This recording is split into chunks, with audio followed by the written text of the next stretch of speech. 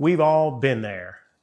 You're thinking about trying something new, a career move, a creative risk, a leadership challenge, and something in you says, hold on, be careful, let's not get reckless. Now, that could be wisdom, but it could also be fear just wearing a very grown-up disguise. And the truth is, fear is really good at impersonating wisdom. So how do you tell the difference?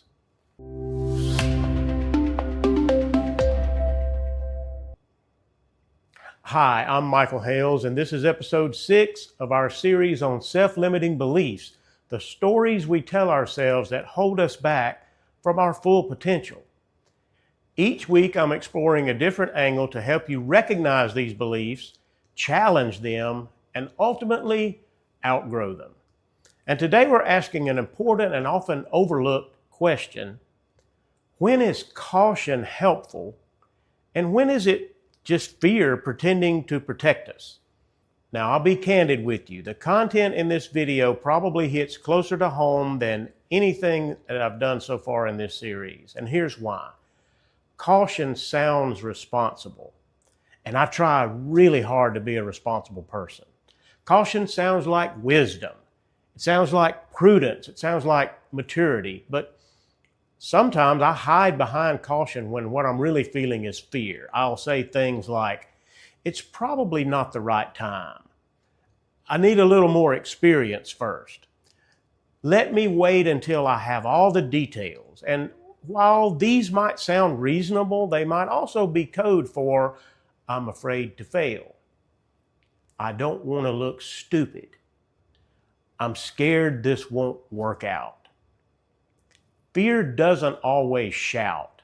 Sometimes it whispers in a voice that sounds a lot like logic.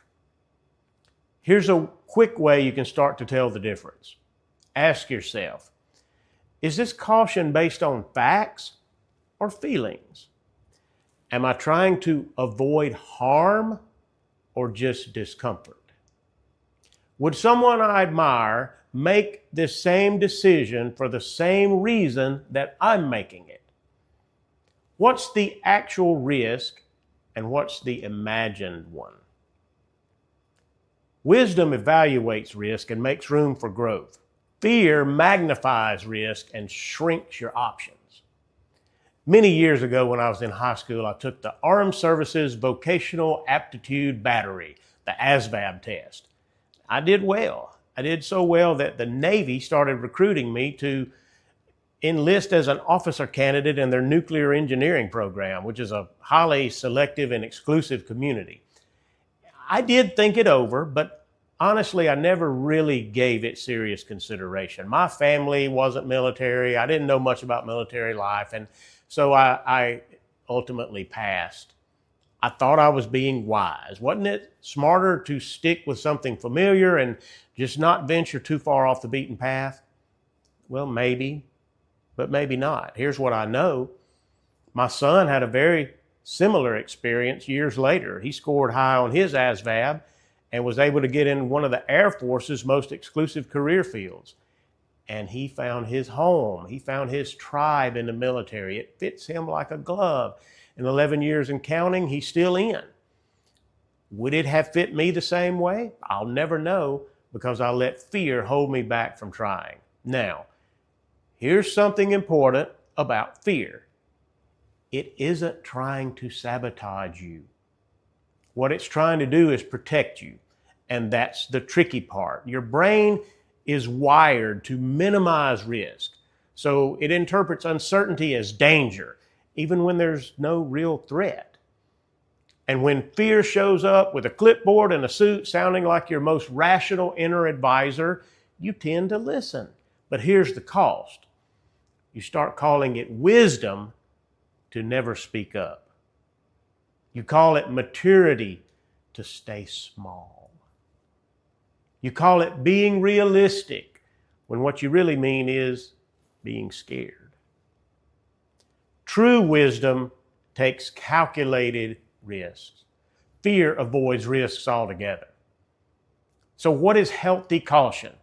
Well, first, it's rooted in awareness, not avoidance. It asks, what's the worst that could happen? And what's the best that could happen? Healthy caution is honest about risk, but it doesn't let risk decide for you. It says, yes, this is uncomfortable. Yes, there's uncertainty, but this aligns with my values and I'm willing to grow through it. That's real wisdom. So here's your reflection for this week. Where in your life are you calling it caution, but it might actually be fear in disguise? Look at that decision you've been sitting on, that opportunity that you've been deferring to another time. What belief is holding you back? Is it truthful wisdom or comfortable fear? Next time, we'll look at how self-limiting beliefs affect the way you see yourself and how your self-image can quietly set the limits for your life. If this helped you reframe something you're going through in your own life, if it helped something to click for you, please consider sharing that in the comments. We'd love to hear from you. And we'd love for you to like the video and subscribe so you don't miss what's coming next. Remember, fear feels safe, but growth feels unfamiliar. And unfamiliar might just be exactly where you need to go.